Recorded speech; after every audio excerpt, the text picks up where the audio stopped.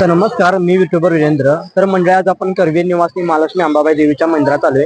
आज माघ पौर्णिमा असल्यामुळे आज देवीचं भव्य पालखी सोहळा निघणार आहे आणि ती व्हिडिओ मी आपल्या युट्यूब इंस्टाग्राम पेजला मी अपलोड करणार आहे. आणि आपल्या पेजला फॉलो करायला विसरू नका आणि आपल्या व्हिडिओ जास्तीत जास्त शेअर. अखंड महाराष्ट्राची कुलस्वामिनी असलेल्या आई अंबाबाईच्या मंदिरात आज आपण आलेलो आहोत.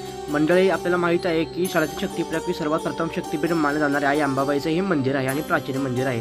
प्रत्येक सणाला, प्रत्येक पौर्णिमे दिवशी आई अंबाबाईचा पालखी निघतो आणि प्रत्येक शुक्रवारी सुद्धा आई अंबाबाईचा पालखी निघतो. पण या पौर्णिमेला माघ पौर्णिमा असल्यामुळं, शर्तीचा पौर्णिमा असल्यामुळे इथून शर्तीच्या पौर्णिमेच्या दिवशी पालखी सोहळा होणार नाही.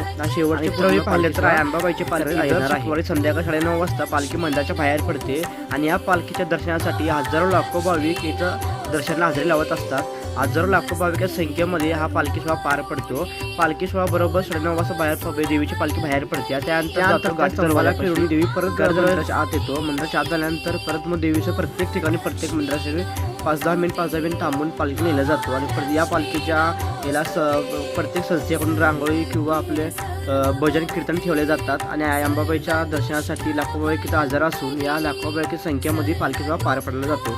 त्याप्रमाणे वर्षातून एकदा असलेल्या दसऱ्या किंवा नवरात्रीला देवीची रोज पालखी सोहळा काढला जातो आणि प्रचंड गर्दी असतो या पालखी सोहळ्याला. आई अंबाबाई प्रत्येकाला नवसाला पावणारी, प्रत्येकाला धाकट्याला धावणारी आई अंबाबाई. त्याचप्रमाणे मंदिराभोवती एक प्रदक्षिणा मारल्यावर देवीला परत मंदिरामध्ये आणला जातो आणि मंदिरामध्ये पालखी आणल्यावर देवीला परत कर्पूर आरती केला जातो. कर्पूर आरती केल्यानंतर मग देवीची नंतर 10:30-11:30 वाजता परत सेज आरती होतं. सेज आरती झाल्यानंतर मंदिर हा बंद केला जातो. असा देवीचा विधी प्रकार असतो या आपल्या महालक्ष्मी मंदिरामध्ये. येऊ नये म्हणून देवस्थान व्यवस्थापन समितीने मोठा पोलीस बंदोबस्त त्याने करण्यात येतो आणि प्रत्येकांना पालखी दर्शनाला दिला जातो. त्यानंतर शेवटची आरती होते, कर्पूर आरती. कर्पूर झाल्यानंतर देवीचा पूजा उतरली जाते. पूजा उतरल्यानंतर परत देवीचा सेज आरती केला जातो. मग त्यानंतर आई अंबाबाईचं मंदिर बंद होतं. भावांनो, आपल्या व्हिडिओला